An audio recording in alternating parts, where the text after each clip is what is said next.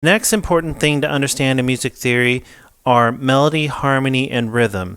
And those are probably the three most important elements to understand in music. So first we'll start with melody. And melody is just single notes played or sung in an arrangement of different pitches. So for example, if we look back at this music notation, this would be considered a melody. These are all single notes played one at a time, just in an arrangement of different pitches. Some are lower, some are higher. It goes up and down. That's just an arrangement of different pitches. Or here's an example on the guitar of a melody that I'm sure is very familiar to you.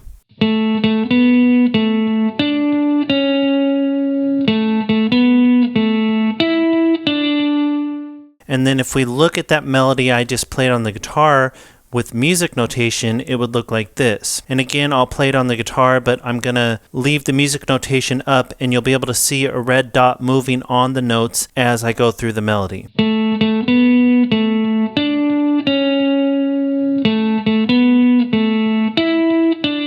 And of course, that's just a really simple melody, but that gives you the basic idea of what it is. It's just single notes played or sung in an arrangement of different pitches. And of course, I played that on the guitar, but you could sing these notes as well. So singers are singing melody too. Singers can sing what are called harmony as well, which we'll talk about next. But the main vocals in a song are singing the melody. And that's the part that's catchy. That's the part you remember. That's the part you would sing or hum back.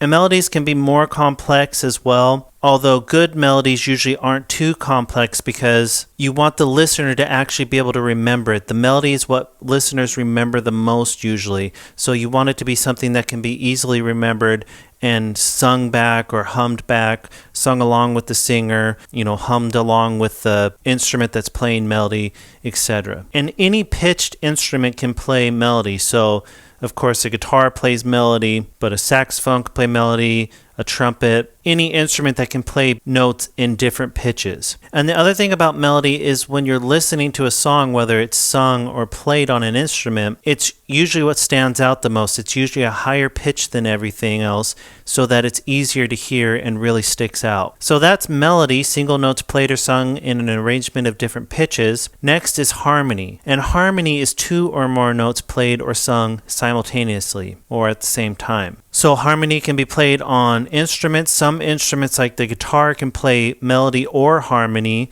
because on the guitar you can play more than one note at the same time. Other instruments like a saxophone can only play melody unless they're playing with another instrument. Then they can harmonize with that other instrument or another voice. And of course, when singers are singing, you need two or more singers to sing harmony. And most music that you hear, most popular music you hear, has a lot of harmony in it, played and sung. Usually in popular music, you'll have a main singer and then you'll have backup singers that will harmonize with that main singer. And it can be through the whole song, but more often it's just during parts of the song like the chorus or to emphasize different parts. But a group that used to sing harmony through most of their songs or a lot of their songs was Simon and Garfunkel. So if you check out the song Sound of Silence, that whole song is sung with both Paul Simon and Art Garfunkel singing harmony with each other. They're both singing separate melodies, but together those two melodies harmonize with each other, and that's the type of sound you get with harmony when two singers are singing. So when I showed you the music notation, I showed you single notes being played in an arrangement of different pitches for melody, just moving up and down. That's what melody looks like in music notation. Harmony looks like this.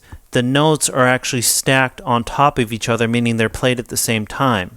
Played or sung at the same time. So you can see right here is 1, 2, 3 notes. Those are all stacked on top of each other, meaning all 3 notes would play together.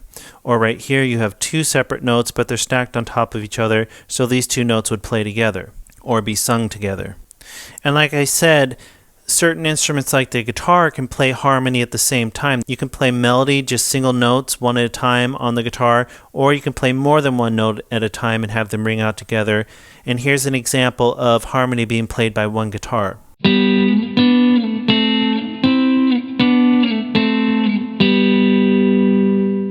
Or, like I said, 2 singers or 2 instruments, or an instrument and a singer, different combinations, can each do separate melodies, but when they're put together, can harmonize together. So this example I'm going to show you is 2 guitars playing separate melodies, but when they're put together, they're harmonizing together. So here's an example of that.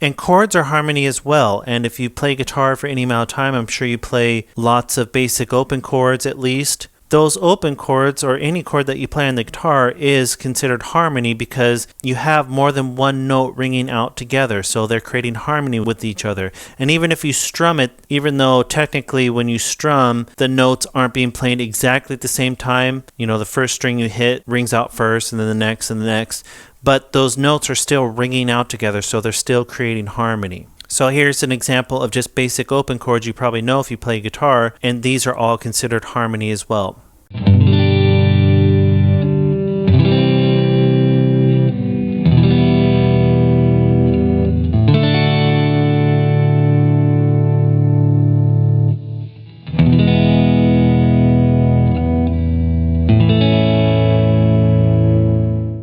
And harmony can get really advanced really fast, but that's the basic concept of harmony.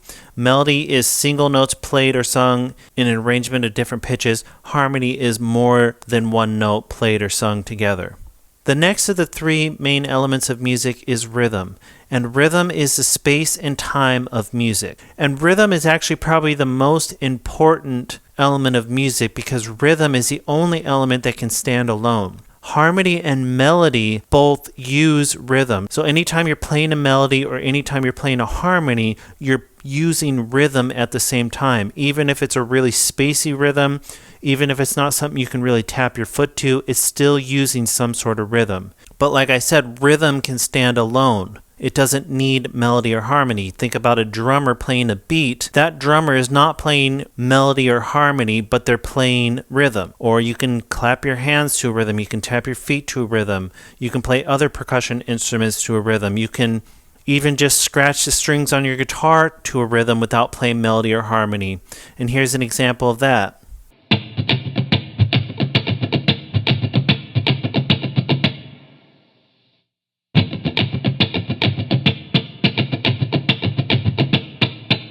So like I said, rhythm can stand alone. Melody and harmony use rhythm, but rhythm can stand alone. It doesn't need melody or harmony.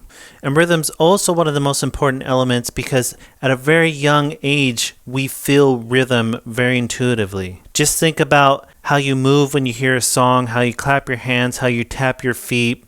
And you can watch little kids, really little kids, it seems like always dance to music when they hear it. It's just something that's very natural to us. And a lot of people think that it goes all the way back to our heartbeats, the pulse of our heartbeats when we're in the womb. So rhythm's a very primal element that we feel very strongly. So those are the three main elements of music. I don't have time in this lesson to go more in depth into each one. If you would like more in-depth explanations, check out our course, Music Theory Level 1.